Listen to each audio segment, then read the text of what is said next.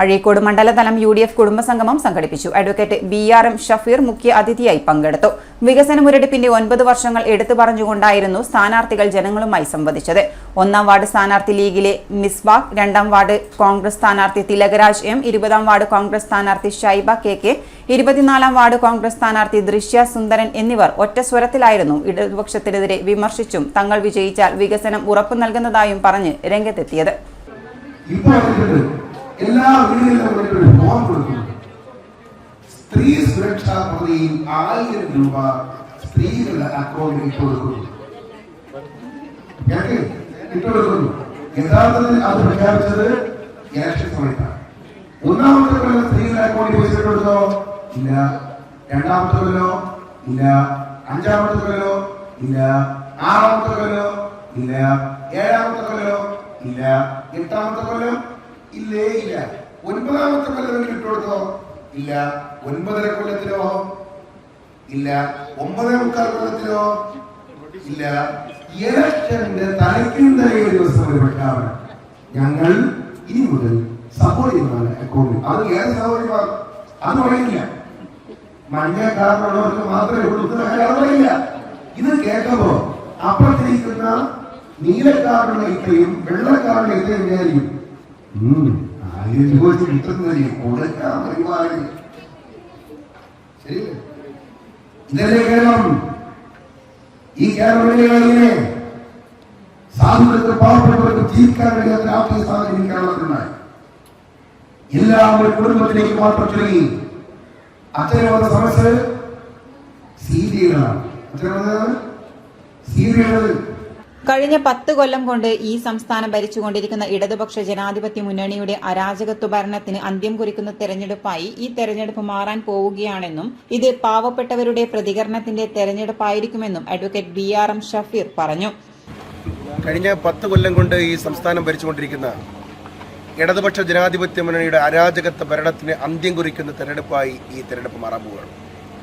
ഞാൻ കേരളം മുഴുവൻ യാത്ര ചെയ്തപ്പോൾ എനിക്ക് മനസ്സിലാക്കാൻ കഴിഞ്ഞത് സാധാരണക്കാരും പാവപ്പെട്ടവരും ബിസിനസ്സുകാരും കച്ചവടക്കാരും സർക്കാർ ജീവനക്കാരും ആശാവർക്കർമാരും ചെറുകിട തൊഴിലാളികളും എന്നുവേണ്ട സകലമാന മേഖലയും സ്തംഭനാവസ്ഥയിലേക്ക് നീങ്ങുകയാണ്. നാട്ടിൽ പണമില്ല, വരുമാനമില്ല, ജോലിയില്ല. സാധാരണക്കാരുടെ ജീവിതം വളരെ പ്രയാസകരമാണ്. അത്തരമൊരു സാഹചര്യത്തിലാണ് ഈ തെരഞ്ഞെടുപ്പ് നടക്കുന്നത്. ഈ തെരഞ്ഞെടുപ്പ് പാവപ്പെട്ടവരുടെ പ്രതികരണത്തിൻ്റെ തെരഞ്ഞെടുപ്പായിരിക്കും. ഈ തെരഞ്ഞെടുപ്പോടുകൂടി ഒരു എല്ലാം തന്നിലേക്ക് മാത്രം കേന്ദ്രീകരിച്ച ഒരു അധികാര കുത്തകയുടെ കുടുംബവാഴ്ചയെ ഈ തെരഞ്ഞെടുപ്പോടുകൂടി കേരളം തുറന്നു കാട്ടപ്പെടും.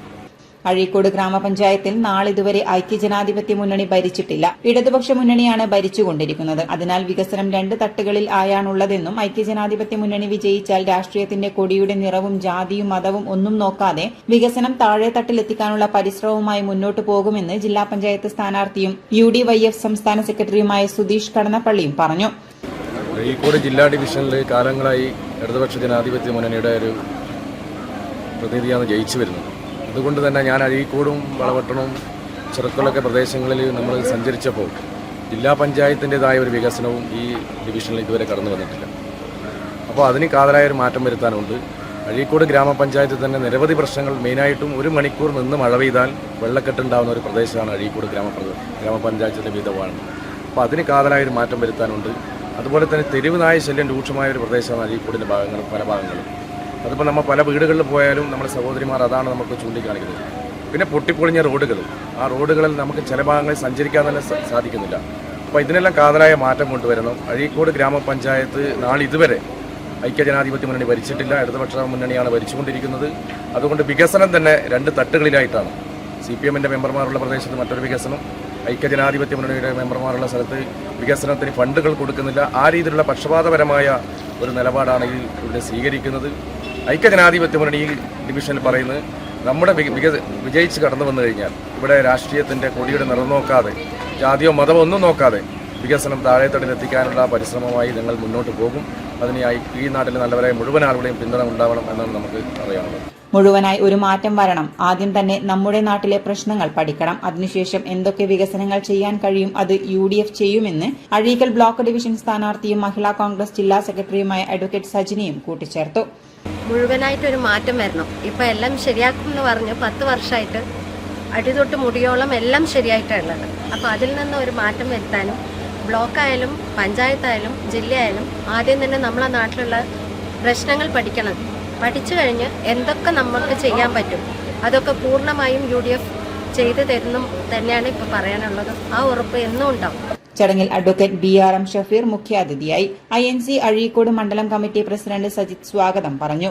Block general secretary KP Dineshan അധ്യക്ഷത വഹിച്ചു. DCC member Ajith TK, CMP area secretary VV Santhosh, UDYF സംസ്ഥാന സെക്രട്ടറി സുധീഷ് കടന്നപ്പള്ളി, മഹിളാ കോൺഗ്രസ് ജില്ലാ സെക്രട്ടറി അഡ്വക്കേറ്റ് സജിന, അഴീക്കോട് 1-ാം വാർഡ് സ്ഥാനാർത്ഥി മിസ്ബാഹ്, 2-ാം വാർഡ് സ്ഥാനാർത്ഥി തിലകരാജ് M, 20-ാം വാർഡ് സ്ഥാനാർത്ഥി ഷൈബ KK, 24-ാം വാർഡ് സ്ഥാനാർത്ഥി ദൃശ്യ സുന്ദരൻ തുടങ്ങിയവർ ആശംസകൾ അർപ്പിച്ച് സംസാരിച്ചു. City news Kannur.